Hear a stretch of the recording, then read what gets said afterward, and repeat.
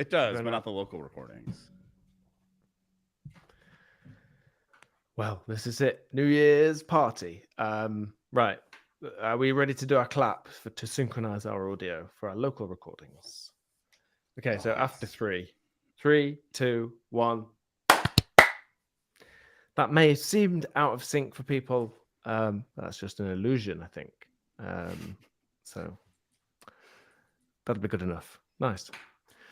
Right. I don't know. Are we ready to get started? Any other questions before we get going? I don't think so. Okay. Here we go then. Oh. Music, please. Music sometimes doesn't work.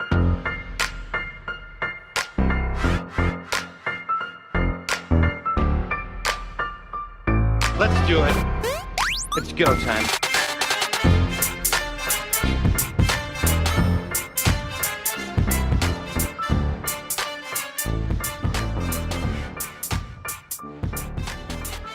Hello there, and welcome to this very special New Year's edition of Go Time. I'm Matt Ryer. Today we're having a special New Year's fireside chat. And where I'm from, it's traditional this time of year to thank people for all the hard work and all the effort that goes into things they do across the year. And I just want to say thank you to all the wonderful co-hosts of Go Time, Natalie, Angelica, Kris, Johnny, Ian, John, and all the guests that join us. It's such a great show. I love listening to it. And I want to do a special tribute to the editors and the sound technicians. They go above and beyond, I think, every year and deserve a bit of recognition. Just listen to this fire crackle at this fireside event. It's just, you can hear it. It's in HD. It's amazing. And listen in the distance, birdsong there fading as the winter sun sets across these snowy rooftops. You can almost hear water trickling underneath the frozen surface of a stream, right? So not just water, it's underneath kind of a layer of ice. So it's muffled in some way. Isn't that beautiful? An articulated lorry careens around an icy corner. 3 chickens emerge and cross the road without mention, and the camera slowly zooms into a fire around which there are some people having this fireside conversation. I wonder what they can hear. Let's meet the guests and my co-hosts. It's John Calhoun. Hello, John. What can you hear? Hi, Matt. I hear a tea kettle as it begins to boil over the fire, so I pick it up and slowly pour a cup for everyone. Oh, that's lovely. We're also joined by Kris Brandow. Hey, Kris, what can you hear? I can hear popcorn popping faintly from the kitchen. Oh. It smells delicious. And I hear someone with a salt shaker salting an already made batch. It's going to be pretty good. Well, that sounds great. Yeah, and we'll be sharing that popcorn with Ian Lopshire, who's also here. Hello, Ian. What can you hear? Well, it's sunny in Brooklyn. The icicles outside my window are dripping. The subway goes by and it rumbles the building a bit. Some of the icicles fall free and crash to the sidewalk. You hear a pedestrian yelp in surprise as it falls in front of him. Oh, wow. Yeah, and I heard all of those things. Excellent. Well, let's get started then. I just think this is it. New year, fresh start. I always feel at this time of year that we can really do anything. We can achieve anything. And it's really about January the 10th. I realize that's not the case. There's life is just as hard as it was, but I remain optimistic. But tell me, what are you excited about? Anything in particular? Oh boy. So I can jump in and say one of the things that I've seen recently, which I think you wanted to talk about later, Matt, is HTMX, which I haven't gotten to use it, but looking at it was pretty cool. Yep. Especially because I always like seeing technology that gives us sort of I guess, allows us to sort of build more modern things, but also brings it back to the simpler approach that we're kind of used to rather than overcomplicating things. I tend to shy away from technology that's really overcomplicating stuff. So for anybody who hasn't seen it, HTMX is a way of generating HTML on the server side, like you normally would with a static server-side rendered web application, but it allows you to build something that feels a little bit more like a single-page application. Yeah, so it's funny because it's we sort of go on this evolution all the time of that's how it used to be. It used to just generate HTML on the server and some sites actually still do it like that. I think GitHub by and large has this kind of model where the server generates all the content and it ships it as one thing, and it just gets rendered in the front end. And then of course we started making that front end richer with JavaScript and more interactive elements, more sort of loading data as you go.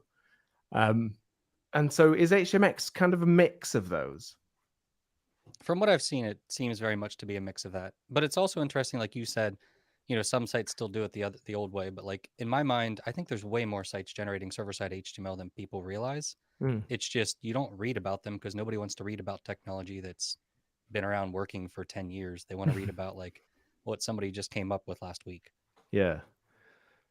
Yeah, isn't PHP still powering like 60% of the internet? Those are all HTML server-side generated. And they work really well. It's just, it's one of those things that I don't know. It's easy to get caught up in the I want the most modern, cool thing, but I really enjoy seeing technology that kind of takes us a step back and like thinks like, how can I get back to that simpler approach while still getting some of the benefits of what we've learned in the last 10 years? Yeah, there's something. I mean, I think it's an honorable pursuit, really. The simpler stuff is easier to maintain. So, there's already, you'll get benefits from having stuff simpler. And the HTMX has the advantage, I think, of like you wouldn't have a JavaScript framework at all running in the browser. It relies on it still does partial updates from what I can tell. So you still only ask for bits of HTML to update bits of the page. But that's kind of done in a declarative way, and then so you still get that Ajax-y kind of feel, but it's obviously much easier than writing all that stuff manually. All right, Matt, what are you excited about? Well, how could we not mention ChatGPT? I mean, I am quite excited about where AI will take us, at least just from the sort of thinking of features and capabilities that could be delivered, and the sort of interactions you have could be so much more natural. It obviously has flaws, but have you tried chatting with it? Anyone? I have, yes. What did you ask it? So I did a couple coding things like generate, a React element or a component that does this and things like that. And I've spoken to other people who have done things like that. In part because, like you were saying earlier about keeping things simple so you can maintain them, I also see GPT as being a tool that could potentially allow one developer to do kind of the work that multiple developers have done in the past. Or like there have been times where people said like the full stack web developers kind of going away, but I see tools like ChatGPT possibly bringing that back to have one person who sort of maintains a pretty complex application. So I like experimenting with stuff like that to see like, okay, what all can this do? Can it, help me do some stuff so I don't really have to like master React or something else that I want to use? How do you think it compares to like Copilot? Like, it seems more versatile, but I've not used Copilot yet. So I haven't used Copilot that much because I've been doing a lot of recording for like course type stuff, and I had Copilot on and I was loving it. But then I went to record, and all of a sudden it would like give me a block that was like meant to be the entire lesson I was recording, and I'm like, well, that's not very useful if like it just throws it all up there. So I'm like, well, I've got to turn this off for the time being because it's not useful. Can you set Or spoilers it wasn't to as false? useful. It was like too useful. Yeah. So I used it. I used Copilot, and yeah, found it like, I don't think it's gonna. Well, I don't know about this idea of it replacing people. Like, but when you're writing code that's a bit repetitive but has a pattern that's predictable, like sometimes in unit testing, like you sometimes end up writing a list of things. It does that stuff very well. Picks example data very well. Like, and so it does. You can see it's kind of carrying a lot of context, but you still have to select from that. You have to choose still what's right and what's wrong. So you are still very much in control of what code goes in. the best way I've seen it like described is like it can make developers much more productive, but I don't expect my mom to suddenly start building web applications next week. Like no matter how powerful it is, I think there's always going to be some limitation that you kind of have to have an understanding of what's going on. Yeah. Is your mum not in web? Is she more like? She's not in web. Back end. She's more of a hardware person. Oh, more hardware, yeah. She does not program at all. Oh. Not I yet. think it's with ChatGPT and also to some degree Copilot. I think we're getting a little bit better at understanding that we're not building these things to replace people, but more to augment and help people. So I think that's been a failing of AI in the past. If it's been like, oh, we're going to replace all of these people and all these industries will go away, and then like it just like immediately fails the Nazi test or something like that. And I feel like now we're being much more careful about what these things are meant to do, and we're making them much more effective. So I'm kind of excited to see us kind of move more in that direction as an industry and start learning from the mistakes we've made in the past. I think. So, I was going to say some of these confuse me though, because like, so I have a friend who plays Roblox with her kid, and the one game she was playing was like gas station attendant. Like you're basically working as a gas station attendant, and I'm like, I'm just imagining somebody building AI that learns from this to like learn how to like I don't know, like is that really a fun game? Like it's just so weird to me, but I'm like I could see somebody building an AI that's like let's learn how to be a gas station attendant from all these people. But like you said, all it takes is a couple kids who, you know, when they're playing a game, usually you're like, how can I break this or do something silly? So it's like, where do you actually get the data to learn from for this stuff? Not sure I'd be happy with a Terminator doing the petrol, because I'd just be worried. Like, also, if it walks around, it probably makes sparks. That's dangerous to have at a petrol station. And then it's always asking about John Connor, and it's like, I don't know, John Connor. Can you just give me unleaded? It like forces you to use like the least environmentally friendly gas. Yeah, exactly, because it's paid for by It's like, big I'm gonna oil. kill all these humans. Yeah, it's a Shell Terminator. Shell, the best Terminators. At some point, we are going to get in legal trouble. But hopefully, we don't kick the year off that way. You think Shell is listening to our podcast and giving us grief?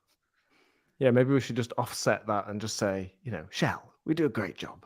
Just do a little nice advert for them as well. You never know. Shell could write all of their software in Go. It's possible. That just means we need to like say a couple nice things about their gas. I'm sure they've got some sort of additive they put in it or something. They say it cleans your engine, so. I find it hard to believe that something that's burning gas in your engine is actually cleaning. It might help a little bit, but Well, if it does clean your engine, doesn't that mean all that dirt goes out the exhaust?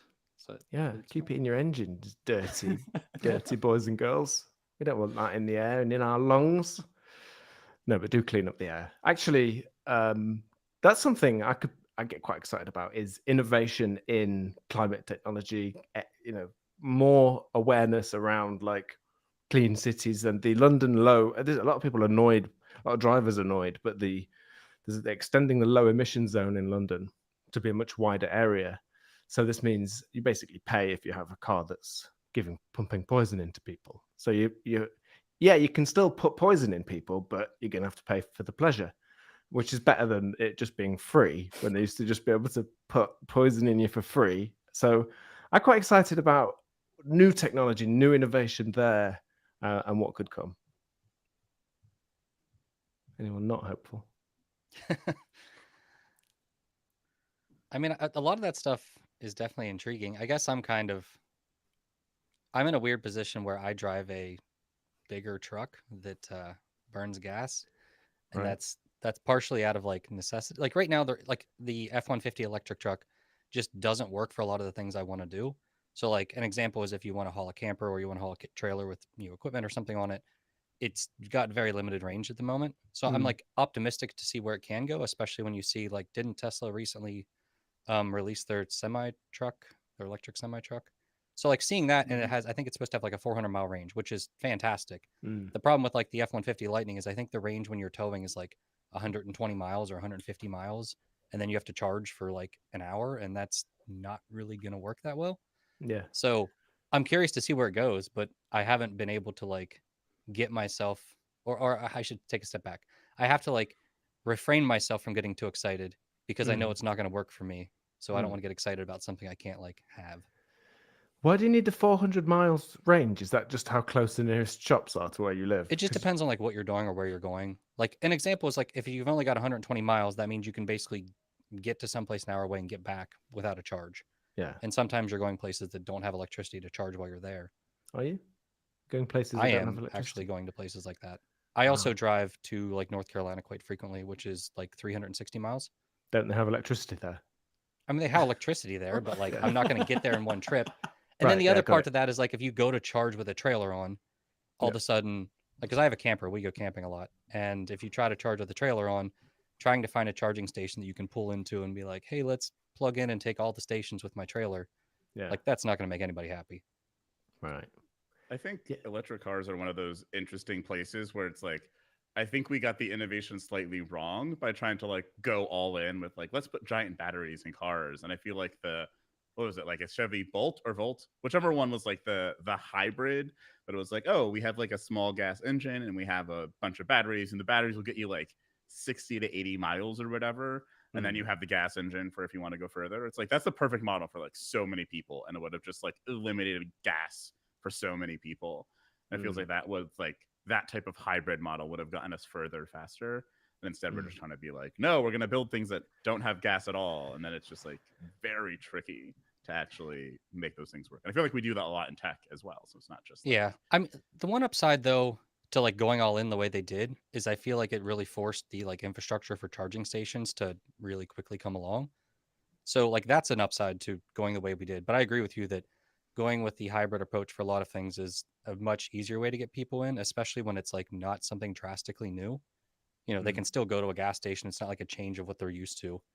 And then there's also like all the like I guess I'm kind of waiting to see what the technology does for things like weed eaters and like lawn equipment essentially, because we've all probably lived somewhere where like you hear people going around running this equipment and they run like terrible gas, you know, that's like half oil, there's burning in the like into the environment all day long, just burning it up. And I'm sure that's got to like contribute a lot to, you know, pollution and that sort of stuff. And those things seem like things that you could pretty easily replace with batteries, where like they could have a truck with like a couple extra batteries on there and just swap out every different job site. yeah, like lawn power, like battery powered lawn equipment is one of those like really cool spaces, especially for like even just like at a human level. Like leaf blowers are terrible for your hearing because they are so loud, and just having ones that, you know, don't need to be loud because it's just like a battery powered thing would be good from a humanitarian perspective as well. Where do you blow the leaves to? It depends on where you live. Like where I live, like part of your taxes if you live in the borough is they actually pay somebody to come around with like a big truck that has like, usually it's like a vacuum that sucks them up and mulches them. So everybody sort of blows them into a big pile next to the road, and then the truck drives up the road and sucks them all up and mulches them. Oh, that sounds amazing. I'd love to watch that happen. I've never seen anything like that. We'll put a link to that on YouTube in the show notes for anyone like me that would love to see a great big machine sucking up loads of leaves. But I feel like they're sort of ruining autumn though as well. Like I want to be like, can you just leave autumn for a few more days? Because you know, it's my favorite season. Well, it's fun when everyone has the giant piles of leaves in the front yard, like on the street. You know, it's still kind of nice. Or you kick through them or jump in them, have a frolic, that sort of thing. Yeah, but then there's always those things. Sorry, Chris. So dogs love to like run through piles of leaves. As long as they're just running through piles of things and not making them. That's the danger. You never know. You can't just jump in assuming it's going to be a nice, like a Disney film, a fresh bed of autumn leaves. There could well be spikes in there that someone's put in maliciously. So be careful, kids. My daughter actually did that when she was 3. Like we had a pile of leaves, and she had seen a video of like a kid jumping in a really massive pile. And this one wasn't that big, and we thought she was just going to run through it. Yeah. And she just went and just like dove, went just fell in, and she came up crying, and I felt so bad. And I'm like, I did not see that coming. Yeah. But she hasn't done it since, so she learned her lesson, I guess. Yeah, well, it's a brutal way to learn. You've got to be careful with Disney films, because I once tried to get loads of little birds to help me get dressed, and it took me longer to get dressed, if anything. There was no help whatsoever. So you just got to be careful what you believe from those animated documentaries. So talking about batteries, towards the end of 2022, there was a kind of major breakthrough in fusion energy. And this is something that I'm very excited about, because for the first time, they were able to get out more energy than they put in. So they put a lot of energy in to sort of spark it and initiate it. And there's a tiny bit of fuel and then that fuel, essentially through the reaction, ends up releasing now more energy. I think 50% more than what was put in. So it's kind of viable. Like, turns out science has nailed it again. What do you think of this? Are you excited? I mean, that was only like at the like reaction level, right? They didn't like generate more energy than they put in. Like they didn't capture that, right? Right, but they got out. They saw that was at least possible for the first time. I guess that was the breakthrough, right?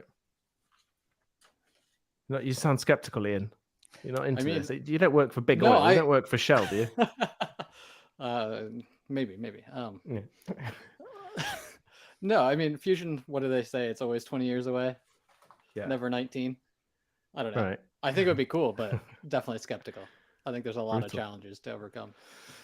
Yeah, I'm sure that's true. But very brutal view there. So book your ideas up, science, because Ian so far is not impressed. John, are you impressed by that? Are you excited by this idea of free, clean energy? I mean, I think all of like any free, clean energy, like, or even just a like more efficient energy advancements are interesting to read about. Even nuclear stuff, which I feel like the U.S. especially is very anti-nuclear for the most part, but which is weird because it produced some of the best superheroes that way. I'm surprised there's more support for it. So what you're saying is it's not that people don't want nuclear energy; they just don't want superheroes. They don't want the mutants having the special powers and they can like see their Wi-Fi and stuff. That was in one of the shows. One of the shows there, I think it was Heroes. One of the characters somehow could connect to Wi-Fi, but like, so he has to know the HTTP the TCP protocols. Like, think of all the stuff he has to know in order to make that work. I'd like to know like how he developed this superpower. Yeah, because you'd think that they would have to be like ingrained into him, but there's no way he's like mentally thinking, "Oh, we better send this header." He's like brought up in a Best Buy and is able to learn it from a young age. You think? You can only tap into HTTP, no HTTPS. Yeah. Well, obviously, they can't decrypt stuff like that in his brain, can he? Like, what's he? And what does it look like? Oh, I don't know. Anyway, Love how you've got limitations on the guy who can just mentally connect to Wi-Fi. Yeah, I mean, yes, you suppose he can not just connect, but you effectively use it, right? I assume. I don't know. I mean, the writers of TV shows never know how any of this technology works, so yeah, we can't. Shame in it. We can't. I don't know, Kris. Every hacking movie I've seen, they're spot on. You type launch terminal or something, and then you're in. And you got to get through like the 20 or 50 firewalls that they got set up. And there's a nice GUI giving you you've broken through this, or the hackers have gotten through this many firewalls. Yeah. I love how there's also always a progress bar for like cracking the password. It's like we know it exactly this time. We're gonna get the right one. Yeah, we know which one it is. Yeah, I like that. You've got a cube. The cube has got to be completely full, and then it clicks together one by one as the different sectors are completed. That's also very. They nailed it sometimes, don't they? I saw. Well, so fusion energy, Kris. You've got to be excited about that, haven't you? I guess. I don't know. I'm kind of here just like nuclear energy is actually like pretty good and has a lot of the same kind of features, but people are like scared of it because they fear the worst. Because there are like the same thing with like people fearing flying, because they're just like, oh, but I heard about like some planes that fell out of the sky, and it's like, yes, and you can probably name most of them, which means it happens basically never. Right. And I was watching some interesting stuff on nuclear fission generation, and people are all scared of like radioactive material, but the video I was watching kind of pointed out that like, yeah, there's more radioactive material put into the air every year by mining coal than there is from all of the material generated from all of the nuclear plants we've ever had, because there's radioactive stuff all over the place, and mining coal is just doing that, and we just spew it into the air in the process. So it's just like a lot of the fears around nuclear stuff is unfounded, but I feel like nuclear fusion could head down the same path where people could be really scared of the downsides of like uncontrollable things, whether they can actually happen or not. So I feel like there's like we have to figure out how to solve that problem before we can kind of move forward. Because people like what they already have, even if what we have is already super dangerous, right? Same thing with like flying, where people are like, I'm gonna drive instead, and it's like, you are much more likely to die while driving than die while flying. So driving is terrifying. Yeah. Happy New Year, everybody. Yeah, I kind of know what you mean. I think fusion is a lot like I don't think it can melt down in the same way. I think that has kind of safety properties, but like you say, it doesn't. The facts often don't matter when we get into, don't have a go at the flat Earth people. You do you, but I mean, it's like most nuclear plants are designed in a way where they also can't really melt down, but that's right. people don't believe that. So because it has happened. That's it, I guess. Once it's happened. Well, I could also see the fusion one. Like, doesn't fusion allow us to like simulate things that happen in stars? Yeah. Or something like that. So I could see people being like, oh, well, we're going to have like a star that could essentially explode and like be as hot as the sun or something. Like, I'm not saying that can't happen. I'm saying I could see people like making these weird leaps when they read something. Or they'll be like, hey, you might create a black hole somehow and destroy the planet. Like, that's exactly what I was thinking. Yeah. Well, that could have happened. That was very unlikely. But when they switched on the CERN particle accelerator at the time, there was apparently a tiny chance it could make a black hole and swallow the Earth. Just didn't, but you've got to be able to fail. Anybody. Ask for forgiveness instead of permission. So one of those.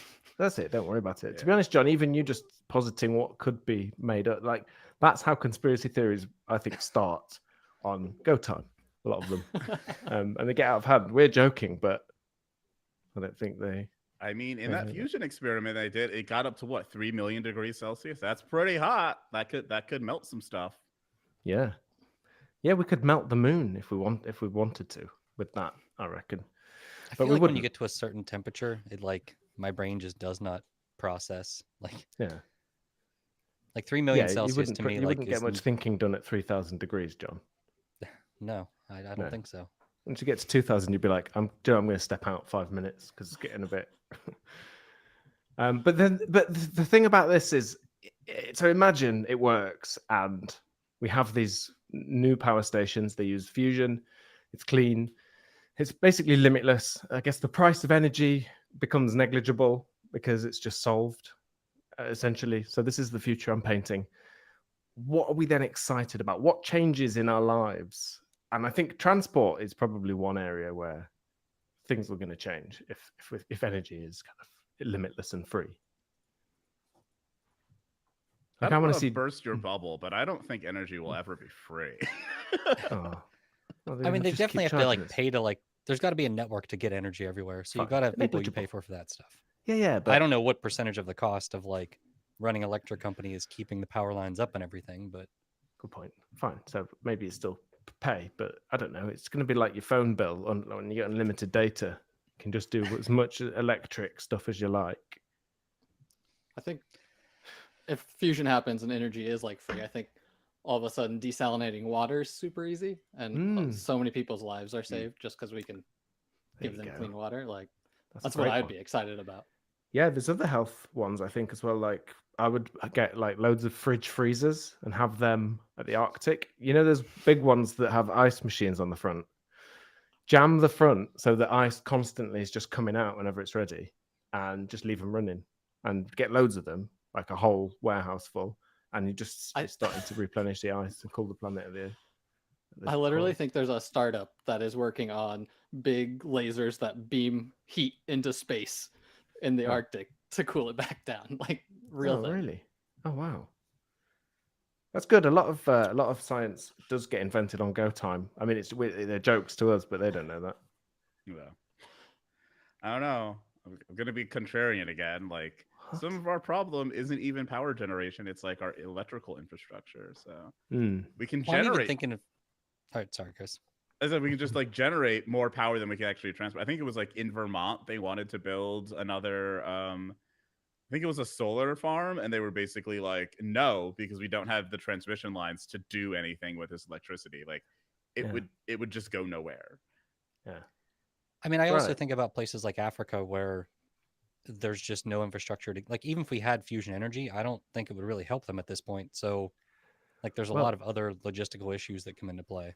Yeah, but I mean, it's definitely like a lot of the energy transfer is wasteful, I guess. So we can afford that waste maybe for a bit. So it might give us an advantage. I don't know if how good is this wireless power thing, where because I'm like I feel myself like being like my uncle that's skeptical of new technology now. Like the idea that as long as a device can just see your phone, it sort of beamforms on it and fires energy at it to charge it. Is that all right? I mean, I don't think we can get past the inverse square law, right? So Go I on, tell us assume about that's that. not. I mean, as distance doubles, power decreases by 4x, right? So Yeah, as you go out, turn it up though. well, then if you step close to it, you Yeah, don't go close to it. Matt's trying to tell everybody it's safe while he's also just like beaming it, burning anybody who gets near the source. Yeah, I think you definitely need to put up some signs and just be like, it's recommended diversion this way around the planet. Don't go in this line. But no, do it high up or underground. Like, oh, yeah, I don't know. I can't solve all the problems. What about drones though? Like drones, I think could be for transport when we've got unlimited power. You could order a drone on your app, like a big one. It flies down like it's like a car. You get in it. You can have a couch or a bed. You know what I mean? Charge your phone, plug that in, and it flies off and just drops you off places. Matt, you're coming up with all of the ideas that are like, we have good ways of solving these problems already. They're just poorly deployed. Right. There's a lot of logistical problems with like that's why like drone delivery doesn't exist, because like Yeah. the FAA requires that you can see the drone while you're flying it, and also just like a lot of people don't have like backyards and things where you can like land a drone, and also like I don't trust a lot of people. I don't trust drones to just be flying. It's like the same thing with like flying cars. It's like we can't deal with people driving in 2D space. They don't want them driving in 3D space. Like, but there's a whole other D to get into. If you're gonna crash, just go into one of the other Ds. Do you know what I mean? I feel like, and plus it would be from the beginning automated only, so it wouldn't be humans driving them. I think. I like that even less. Oh. No, but that means software engineers are in charge of making sure that stuff doesn't break. And yeah, that's a good point. I mean, in Matt's defense, drones delivering batteries sounds a lot better than drones delivering missiles. Yes. Oh, so the drones are delivering what? They can just drop down on your car and change your battery while you're driving along. I didn't know what you were talking about, having a drone where you get inside and charge your phone. I think it'd be a little more practical to like drop off a battery and leave, but no, get it. You want to get in it and have that whole experience, and it should be able to like get in London at like 9 p.m. and it's going to fly you to Edinburgh overnight. So you just get in. It's like a hotel room. You go to sleep. You mean smooth like ride. A sleeper train? It's like a sleeper drone, but yeah. Now we've somehow wound up in VTOLs, and now we're like, let's. Yeah, it could go on a train. I mean, on a train. Like, they could fly from your house and or pick you up nearby. Some people have balconies, in the cities. They could just climb out on their balcony and just climb onto it, up some steps, do it safely, obviously. Then you're straight on the drone, off you go. Maybe it puts on a sleeper train, it's more efficient, but you're just in this capsule it's just like screens. So as far as you're concerned, you could be underground. Like, listen to that. You could be underwater. Listen to this sound. We're underwater now, and you can hear that. And I don't know. We've whooshed out of the ocean, and now we're whooshing, and you can hear the wind blowing as we fly through the air. Excellent work there by the sound crew. So when you said that you believe like that for the 1st of January to like the 10th, you believe you can do anything with your code or with anything, you weren't joking, were you? Yeah, I mean, I could. I feel like we could start the software for this, just as an open source project. Just mock out the hardware. It's very common practice. All right. Yeah. I think we need like a recap at the end of January to be like when you're back to realistic mode. Yeah. You'd be like, no, none of that'll work. And I'd be miserable like you, going, no, that's not going to happen. Forget it. You're right, Downer. It's supposed to be New Year's. I think we'll see some awesome stuff. I'm looking at more incremental things, I guess. I feel like the way to be successful with your New Year's resolutions is to set same things that you can actually achieve. Okay, that's a good idea. So let's talk New Year's resolutions then, because I do have one, and that is to read more fiction. I always find as I get into fiction, I'm just thinking this isn't true, and then I think I could be reading something that's true, and I sort of don't really get on with it.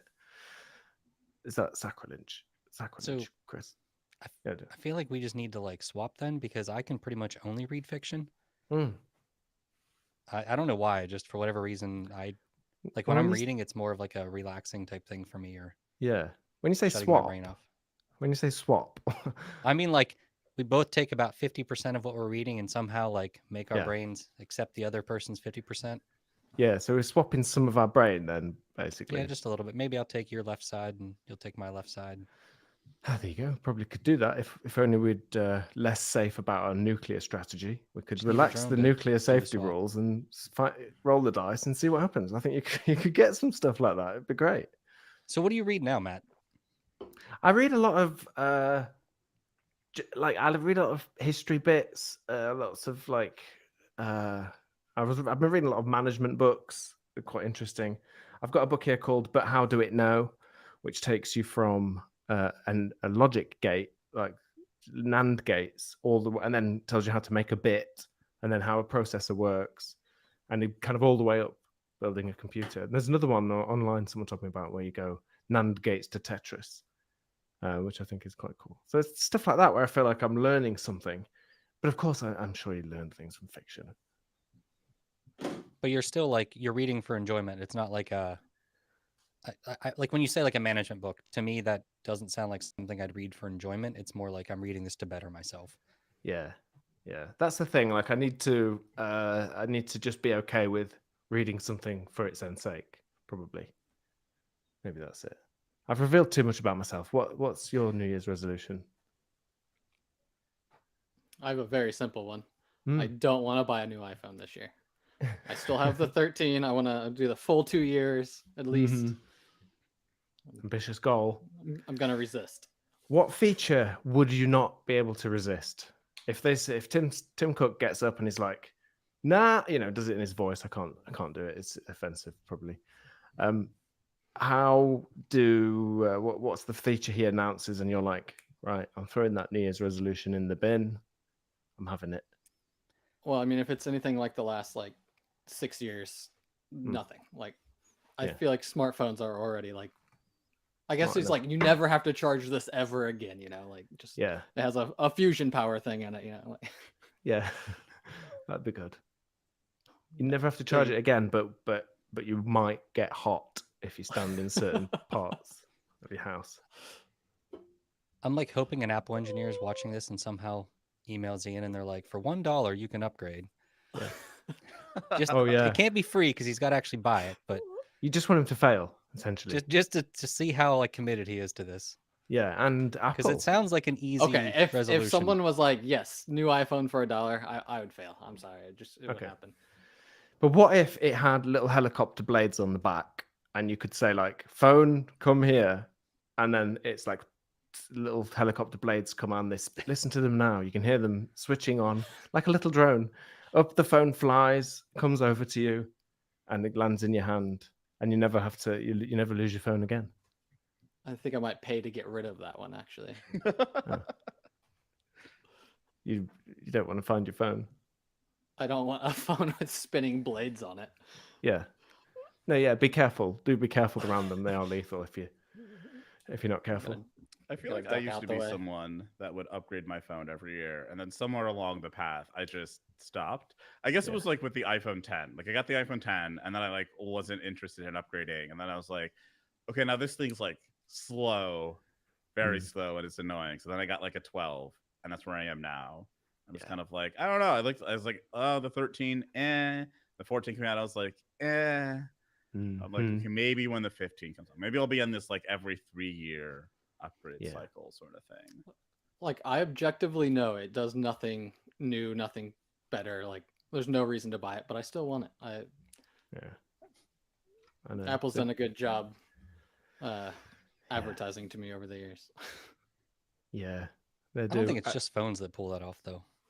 There's a lot of things where people want the new one, even if it's not significantly improved. Yeah. Mm-hmm.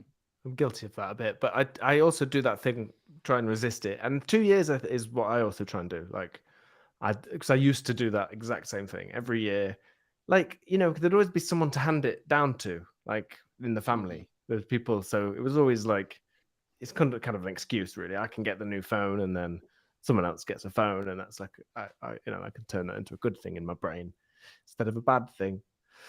But it's not as bad in that sense. Like my mom's always done that. Like my sister gets a new phone, my mom takes her old phone, right? And then they do something with the old one. But in that case, my mom's running like 4 years behind. My sister's every 2 years or something. So it's not like terrible, and I get how that makes it easier to rationalize. Yeah, no, but that's good. You're doing some good. Ian's rummaging around in the background there. I was gonna try to find my stack of old iPhones, but He's got them all, like a computer museum. Wow. So Ian is definitely not handing them down. It's a problem. Well, some of them are broken, Yeah. Oof. What happened to that one? I have no idea. Probably dropped it. I'm not a case person, so. But it wouldn't drop it if you had the little blades on the back, because it would just notice with the accelerometers it's falling, and then spins up the little chopper. Tiny chopper, it's called. Hope no one's around, so it doesn't like chop your finger off or something. Well, if they're around, they would catch the phone, and then it won't need to. That's not how that works. Well, yeah.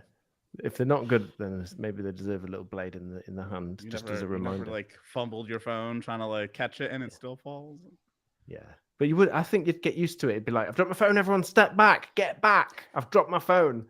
The first version's not going to be as good, are they? So it's going to be a bit more dangerous. The blades will probably be enormous as well. So bear that in mind for the first version. Apple's trying to get rid of the SIM card slot and the charger. They're just like, we need more space in the phone. You're like, they're going to put blades.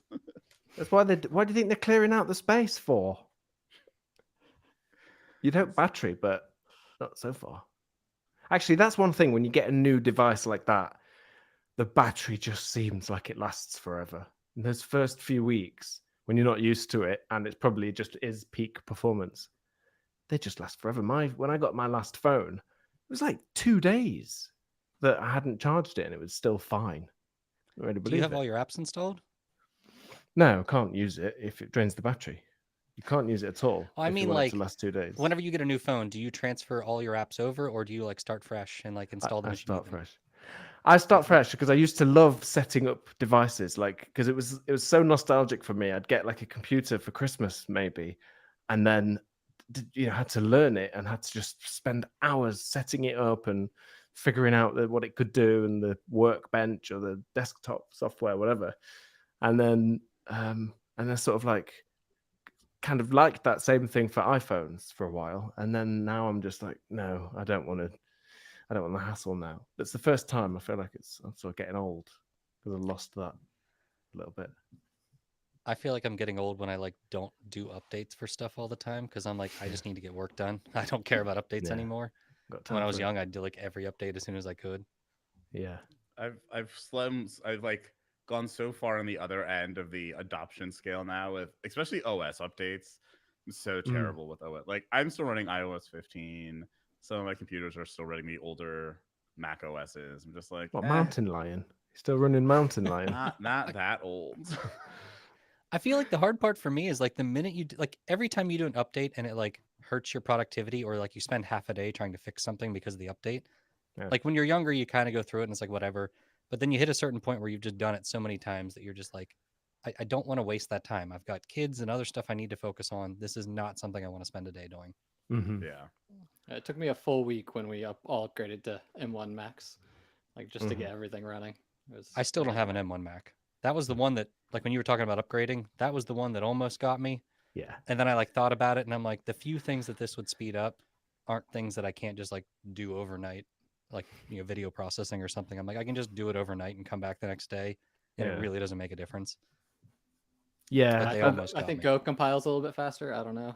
I mean, I don't care about any of the compiling or anything. The thing I like about the M1 and the M2 Max is that they have instant awake. So you just open it and it's just on. The thing I hated about Intel like MacBooks is that like you hadn't turned it on in a couple days, like over the weekend, you open it and then it just like takes like 10 minutes before it's like, okay, I'm gonna work now. And then fans come on and they're blowing all this heat out and it's killing your battery. It's just an unpleasant experience. But with the Apple Silicon, you just kind of open the thing and it's like, oh, hello, you can use me now. I feel like that's a huge productivity boost. Yes, I agree. I'd love to actually track that, like to write It's real. log how much time you gained through the year. Yeah, but it's possible you real. could. No, I mean literally like opening apps. I mean, you still fall foul to standard, like an app will sometimes it just gives you the beach ball of death and then you're spinning for a while. That you're not immune from that. But when stuff's working, like you opening like the mail app opens at the same speed as if it was already open, but the window was hidden and you just bring in the window to the front. It's like that quick. And I don't know, that was worth something. Just that I don't know, it just feels just like fast. I mean, it is fast. It would have been more useful when I still worked in an office, but also like the display engine being so much better where you can just like plug your computer into a dock and then it just the displays just work and there's not that flickering nonsense that happens where it's just like trying to figure out how to actually display on all these different screens. Like that, I wasted so much, especially when it would just break and I have to like restart my whole computer and all that. I wasted so many hours of my life trying to dock or undock my MacBook. And like that's just kind of like not a thing anymore. Yeah. But if you never have to undock your MacBook, that doesn't really matter. It's not going to be an advantage to you. I also don't think I've ever heard the fans on this thing. I used to spin up Docker and it would jet engine for a good 10 minutes. And now nothing. Yeah. And the battery life. That's the other thing. Like, it's not just, even if it's, it's not just that it does things faster. Even if you can't notice it's quicker, you will notice that, like, I did video editing one day. I was doing video editing and like multiple renders. I was doing like docs stuff, email, Slack, and still had like 70% battery at the end of the day. And genuinely, that felt like a leap. Now. Sorry? So I can run 4 Electron apps now. And 7 Chrome tabs. It'll be great. Starting to feel like this is like an intervention where like, John, you cannot keep using that Intel Mac. It's not okay. I mean, if you're doing like video and audio editing, it's like, I remember I watching the reviews and it was like, oh yeah, we did this compile. It was like faster, which was cool, but like it used 3% battery on the MacBook and the M1 and it used like 80 or 90% battery on the Intel. And so it's like, oh, okay, well that's different. So I think like those are the things too, where it's like I can actually continue using my computer while it's doing other things or still have like battery left after I do this long compile or this long render or whatever export. Yeah.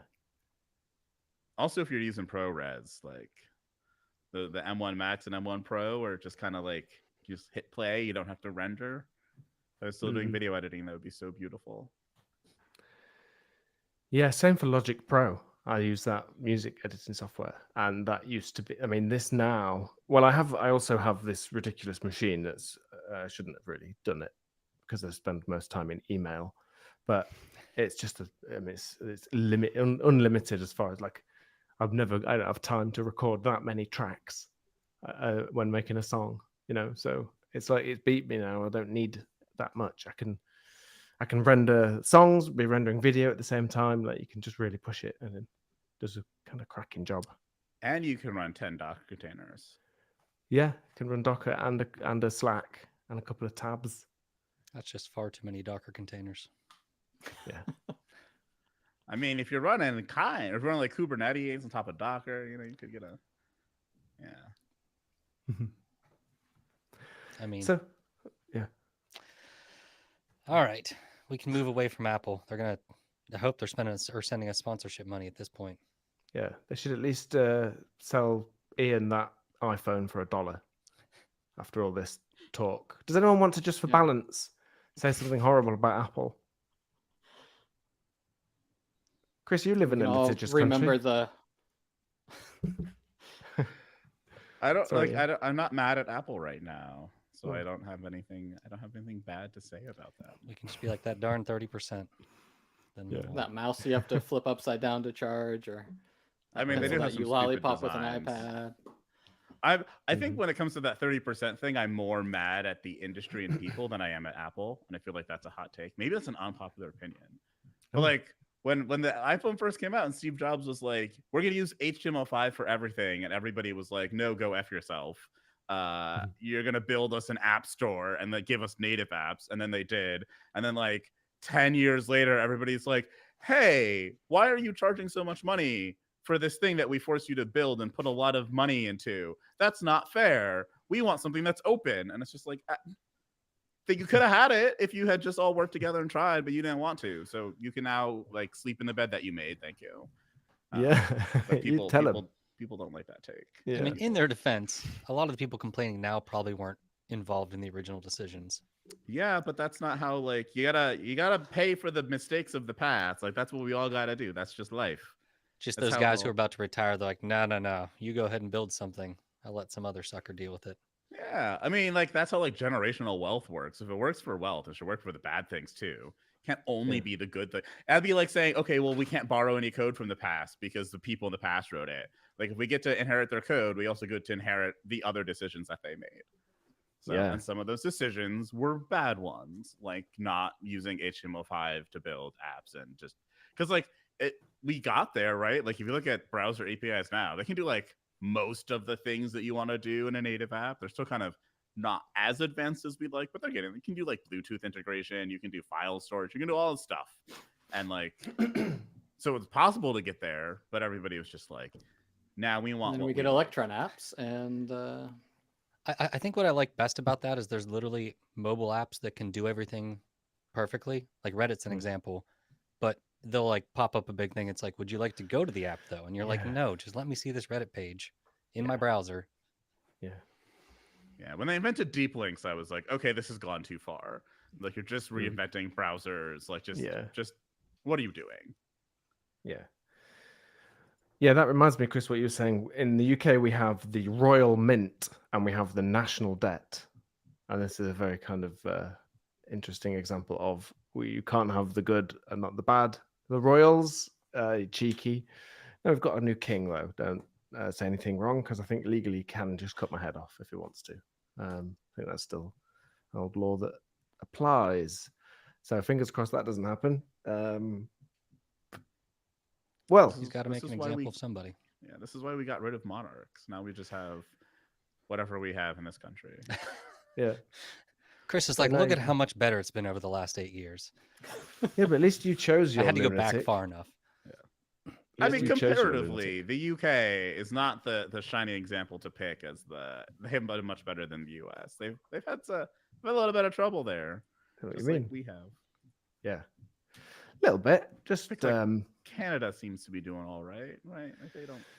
Yeah, what's going on there? Doesn't Canada have some sort of relationship with the Queen, though? I mean, they're still like a Commonwealth country, so yeah, they still have a monarch. So now they technically have a king. They do, yeah. But yeah, they could. I don't know if he's allowed to cut their heads off, but you know, fingers crossed, just for the quality of it. I don't wish any ill of Canadians, but if he can slice my head off with no trouble, I sure as heck hope he can also slice your heads off. I don't care how polite you are. Yeah, I don't know if the king can actually slice your head off. Well, that could be the thing in the U.S. because we have presidents that said they could shoot people on Fifth Ave and they wouldn't get arrested. Yeah. Oh. Yeah. Yeah. True. Well, there we go. Have we talked about Go at all in this episode? I feel like. Oh yeah, forgot about that. This is un-Go time. Is there anything in Go that we're looking forward to? This is kind of New Year's chat, so. I mean, like when we talked about HTMX, it was kind of related because you can use it with Go. Like in my mind, there's a little bit of a benefit there. So you think we fulfilled our contractual obligation? There? Yeah. Cool. Yeah. I do feel. I know it's not new, but I've been looking at code that uses some generics, specifically some code around atomics, and I'm like, I don't hate this as much as I thought I would.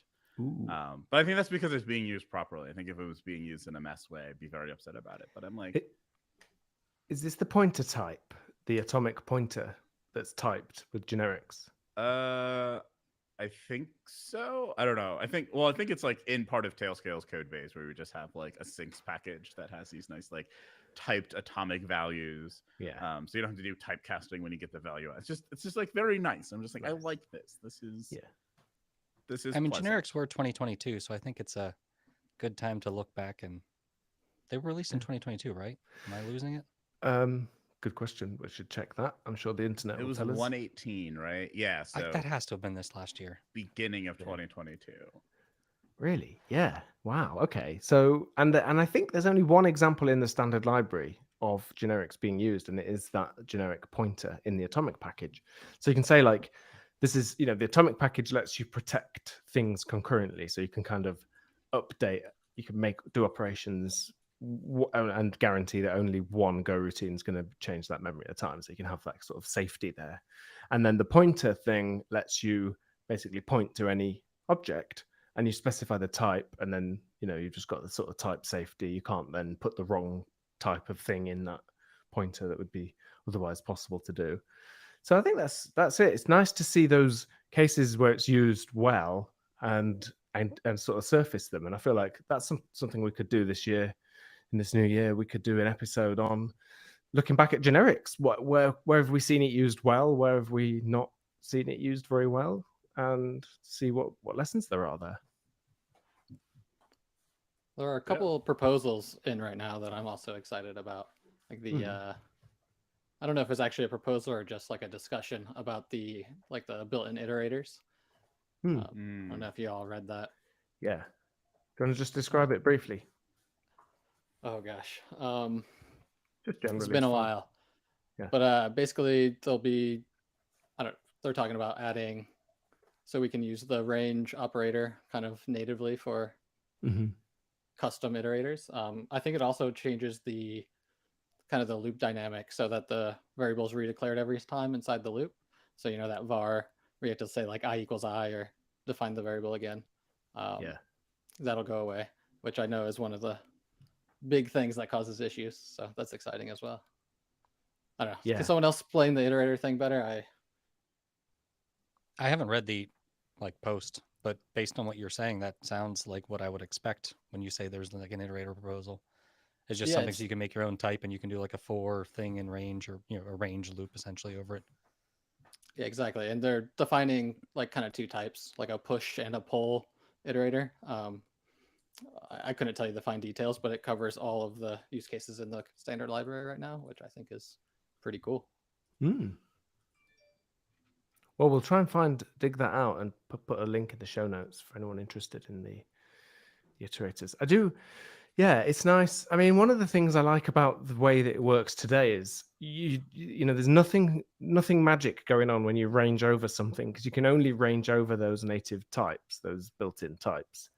So what's happening. Whereas as soon as you have your own iterator, you could be doing expensive operations in there, and that would be hidden. So, for example, if it's paging, if you're iterating over some data, and once you reach the end of the page, or as you're approaching the end of the page, it fires off another request to get the next page. Like, how is that surfaced, and how do you handle failures in that code? And that's, I think, one of the challenges that people will have. There must be some kind of error handling in this API, I guess. Yeah, I think the function can return an error. Which is interesting. I agree that it's a little bit weird. It's using the range operator to do things like that, but I think it outweighs, there's so many different ways things do iteration now. And I think it's unclear a lot of the times how it works. And I think there's a whole swath of errors that we can, or programming mistakes that we can just eliminate. Yeah. I would imagine part of this stems from the fact that most other languages have a way to say for thing in iteratable thing. Yeah. And because of that, when they come to go from another language, it's not historically, when I first started programming, I swear that type of syntax wasn't common. A for loop with an I equals 0, I is less than length, and I plus plus was the way you iterated over stuff. Yeah. And then as more languages have introduced this, I feel like it's kind of tricky in the sense that people switching from another language just aren't used to that syntax. So what is clear and readable to me might not be clear and readable to somebody who learned to program in the last couple years. Yeah. Yeah, I mean, you're right. The higher level languages have let you do this for a while. And again, it's when it's used properly, it's kind of perfect. it's really the cases we do have to watch out for is where it gets abused or where we end up hiding things that are happening. But I think as long as we're careful, then yeah, I'm all for it. So I can say, like, going back to Go stuff, I think one of the things this year that kind of excited me was I think it was the first year that Go modules didn't like throw me a big, like, basically lead to a big issue of some sort or confuse me at some point, which I feel like Go modules came out a long time ago, but I feel like there's always been like little things here and there, or like the Go tooling has changed gradually over time. And this, for whatever reason, felt like the first year where like it just worked smoothly most of the year.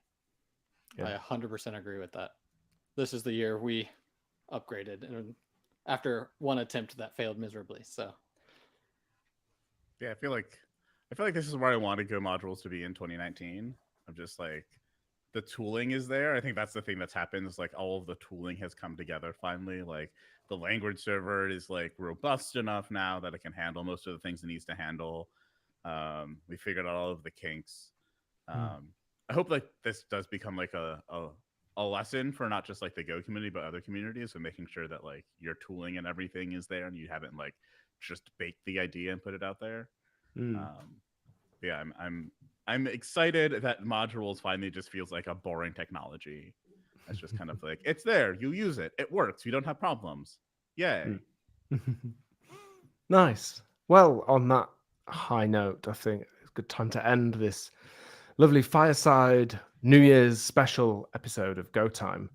Thank you so much. I really enjoyed that. It's nice to hang out. I hope you have and had nice holidays and got to have a nice break there. Pleasure to chat. Ian, John, Kris, until next time, thank you. Goodbye. You can say goodbye and then I'll play the music if you like. Bye. Bye, everybody. Bye.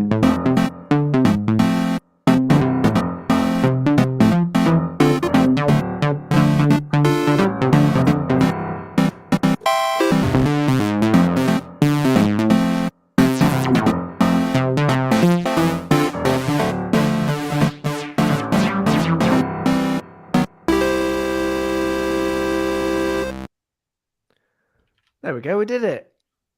All right. I linked in chat what I was talking about earlier. Okay. Is that going in the show notes? I put it in the show notes too, but you can see what I mean. Okay. Not all of them have the googly eyes. Oh, I see. It's the big thing sucking up the leaves. Nice. Oh, we're going to put that in the show notes, are we? Is yours like scheduled for like 3 days? Like, So I live in a small town, and like I live on a road that, like, it's almost like a forgotten road is the best way to put it. Like it's a road where like there's kind of like I'm surrounded by like some fields, but I'm in the borough somehow. It just never really got fully developed, and the people who own it now own the houses near it and don't really want it developed around them. But yeah, as a result, all the other roads got done, and my road hadn't like had it happen. And then like a couple days later, they finally came to my road and did it. So I don't know if like they forgot, and then like one of the two people who live on the road called them, and they're like, "Hey, you need to come do this." Yeah, my town used to have like 3 days in 1 month, like, you know, so you had 3 opportunities. And I used to love when there was literally just piles of leaves. The whole town, just piles of leaves, you know? Yeah. So I'm pretty sure my town is literally like there's like one day. Like that's you're supposed to be out there by that day. Now everybody has them out way before that day, but yeah, like you said, there's huge piles sitting on the side of the road. Yeah. Did they ever have? Sorry, Ian. Oh, I grew up across the street from a cornfield, so we'd literally just blow them across the street into the field. Did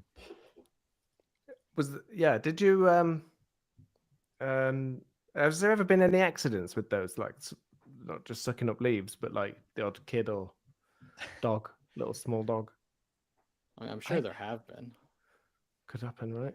I could see it being like I don't know how much power they have. Like I could see it maybe getting like a small animal, but I don't know about a kid or a dog. I don't know if they'd have the suction for that. What about a little small kid? Is he just like laying in the leaves? Yeah, exactly. Of course they are doing leaf angels, and then like sucked up. And the worst thing is, all the missing posters they put up also get sucked in by the machine as well. It's definitely not going in the edit. It's horrific. Sorry, everyone. Did my camera Ever unfreeze? Yeah, it like flickered once and then it came back. It never froze Yeah. for me. I think it was just for Matt that it froze. Oh, okay. Yeah, you were just like your eyes weren't moving, but it was that vibe. It's creepy, basically. He figured out the secret to picking his nose, I guess. Just freeze your camera. Freeze your camera. Yeah. Okay, well, I'm going to end the stream. So thanks everyone for watching.